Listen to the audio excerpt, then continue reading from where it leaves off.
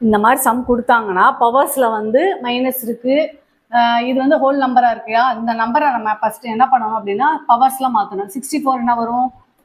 4 power 3 minus 1/3 into 8க்கு வந்து என்ன வரும்?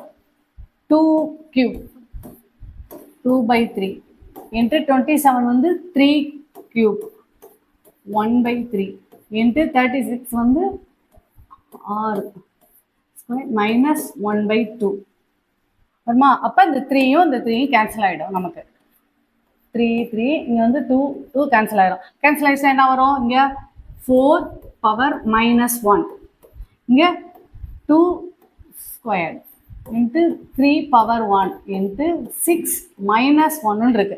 இப்போ இந்த மாதிரி பவர் வந்து மைனஸில் இருந்துச்சு அப்படின்னா நம்ம என்ன பண்ணணும்? இதை வந்து தலைகீழாக எழுதணும். அதாவது 1/4 இன்ட்டு 2 squared இன்ட்டு 3 1/6, அதாவது பவர் வந்து 1ன்னு அர்த்தம். அப்போ நம்ம இதை என்ன பண்ணலாம்? 2 squaredனா 4 இன்ட்டு 3 டிவைடட் பை 4 இன்ட்டு 6.